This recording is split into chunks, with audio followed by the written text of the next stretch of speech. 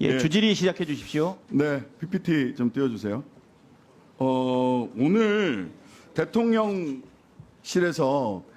우리 쭉 하루 종일 발언하는 거를 들었습니다.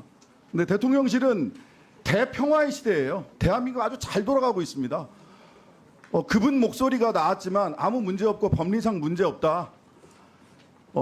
그러다가 오늘 저녁에는 보니까 JTBC에서 최은순, 김건희 두 분이 명태균 씨를 처음 만났을 때 두 분이 같이 만났다라고 하는 것이 보도가 예고돼 있어요. 여사님 목소리가 언제 나올지도 몰라요. 이런 상황에서도 아무 문제 없어요. 근데 오늘 아침 조중동 사설 보세요. 조선일보 정치 브로커와 전전긍긍하는 대통령실을 보면 개탄하는 국민이 많다. 동아일보 선거법 위반, 정치자금법 위반도 따져봐야 된다. 중앙일보 구차하다. 심각한 국면이다. 이렇게 조중동도 걱정을 하는데 대통령실은 심각하지가 않습니다. 왜 이렇게 대평화 시대에 살고 계세요? 국민들은 지금요 오물을 뒤집어 쓴 듯한 모욕감을 느끼고 있습니다. 그 심정을 아세요? 어쩌면 이렇게 천하태평인지 이해가 안 가는데요. 그렇게 천하태평이다 보니까 오늘 19%, 17%짜리 최저 지지율이 나오는 겁니다. 대구 경북, 여기 대구 경북 의원님들도 계시는데 18%예요. 전국 평균보다도 낮습니다. 이 부분을 가지고 부족한 부분이 있으니까 앞으로 잘하겠다. 뭐가 부족한지 알려드려요. 갤럽 조사에 따르면 대통령 직무수행 부정평가 이유 김건희 여사 문제 17%, 경제 민생 물가 14%, 전반적으로 잘못한다 7%. 그냥 다 잘못하고 핵심은 김건희 여사 문제라는 거예요. 뭐가 부족한 부분인지 제가 지금 갤럽 조사를 통해서 말씀드리는 겁니다. 이 문제 어떻게 해결하실 거예요? 이대로 그냥 대평화 시대, 용산 대평화 시대를 자기들끼리 모여 앉아가지고 그렇게 지나가실 겁니까? 답답하고요. 국민들이 대통령에게 기대하는 건 권위와 신뢰입니다. 그런데 권위 박살났습니다. 지가 뭘 안다고 모자란 오빠 대통령 권위 박살났고요. 신뢰 해명마다 다 거짓이에요. 이틀 사흘 지나고 나면 말장난하세요. 대통령이 권위와 신뢰를 잃으니까 국정 동력이 다 상실되는 거 아닙니까? TK에서 18% 나오는 거잖아요. 이걸 그냥 부족한 부분은 채워나가겠습니다라는 생각으로 이 지금 국면을 헤쳐나갈 수 있을 거라고 생각하세요? 아무리 지금 국회에 나와서 포커페이스하고 평화로운 척 하려고 얘기를 하지만 지금 국회에서는 그렇다 치더라도요. 어제도 뭐 이렇게 긴급 오찬회의 하고 하셨더만요. 제발 내부에서는 위기감을 가지고 이 국면을 있는 그대로 보세요. 가면극 놀이하고 계시는 것 같아요. 지금 앉아 계신 분들의 말씀하는 거 들어보면 대평화 시대예요. 지금 오늘 말씀으로 들어보면 아무 문제 없잖아요. 법리 얘기하시죠. 법리. 자, 그 조그만 파우치 법리상 문제가 없다라고 얘기를 했는데 그렇게 법리를 따져서 이야기하셔서 위기 국면을 돌파하셨습니까? 그렇게 평가하세요? 김건희 리스크 해결됐다고 생각하세요? 아무리 그 블러핑하고 포커페이스 한다고 하지만 그런 거는 도박판에 가서 하는 겁니다. 국정이 도박은 아니지 않습니까? 본 질문 하나 하겠습니다. 자, 대우조선 하청 노동자들이 22년 6월 2일 날 파업했습니다.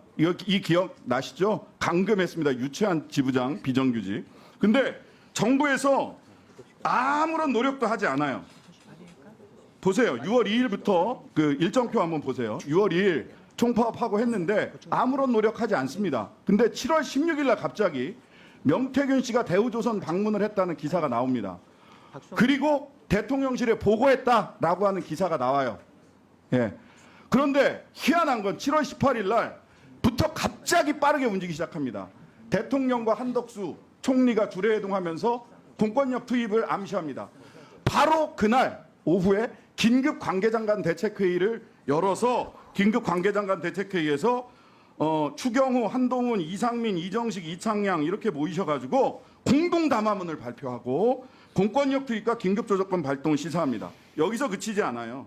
다음 날 대통령이 도어 스태핑해서 국민이나 정부가 다 많이 기다릴 만큼 기다리지 않았나라는 생각을 한다라고 둘째 날도 또 몰아칩니다. 윤익은 경찰청장 후보가 거제를 방문해서 공권력 투입도 당연히 고려하고 있다 이렇게 얘기합니다. 이 부근에 헬기가 2대 뜹니다. 조선소 위에 갑자기 7월 20일 날 도어 스태핑 또 하세요. 대통령이 답변하지 않겠다 이렇게 얘기를 본인은 해놓고 권기섭 고용노동부 차관이 협상으로 해결할 수 없는 상황이 왔다 이렇게 얘기해요. 그러고 나서 7월 22일 날 이런 정부의 대통령부터 시작한 정부의 전방위적 압박 때문에 결과적으로 노동자들이 7월 22일 날 타결을 합니다. 7월 16일 명태균 씨 대우조선에 가서요. 미리 준비해둔 버스에 타고 파업 현장 방문하고 브리핑을 받습니다. 이영호 부사장, 박병문 전무 그냥 민간인이 대우조선에 가서 부사장과 전무의 브리핑을 받고 그 다음 날은 설명 자료까지 따로 이메일로 넘겨받습니다. 왜 이러시는 겁니까? 명태균이 도대체 뭐 하는 사람이에요? 뭐 하는 사람이길래 이렇게 움직이게 되는 거죠?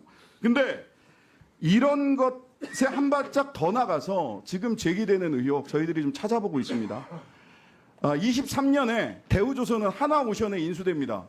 이전에 현대중공업과 인수 협상하고 할 때 약 5조 원 이상의 인수 금액이 거론됐었던 곳이에요. 근데 약 2조 원 정도의 하나오션에 인수됩니다. 특혜 인수다. 산업은행은 왜 이런 결정을 했냐? 라고 하는 의혹이 그때도 제기됐어요.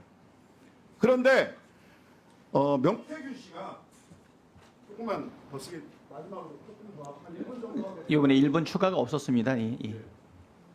그 명태균 씨가 특정 언론과 인터뷰를 하면서 하나오션 얘기를 그렇게 자주 언급을 해요.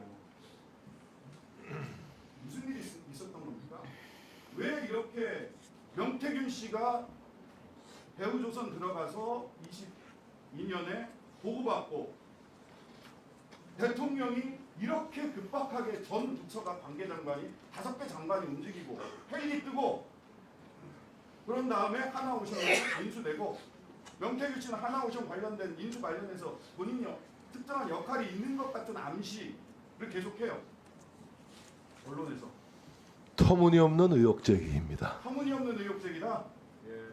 명태균 씨는 그러면은 브로커입니까? 네, 정리해 주십시오. 네. 네, 신장식 의원님 보충 질의해 주시기 바랍니다. 네. 네, 수고하셨습니다. 꼭 하셔야 되겠어요? 보충은 안 되고요. 의사진행 발언만 꼭 해주셔야 됩니다. 네. 네, 1분 주세요. 네. 오늘 정진석 비서실장님 태도를 보니까요. 대통령실은 꼼짝을 안 할 것 같습니다.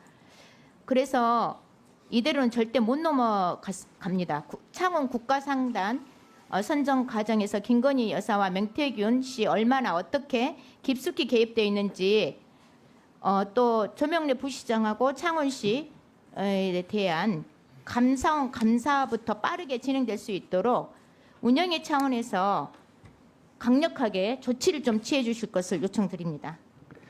네, 우리 양당 간사님께서는 서미화 의원님의 의사진행 발언에 대해서 검토하시고 협의해 주시기 바랍니다.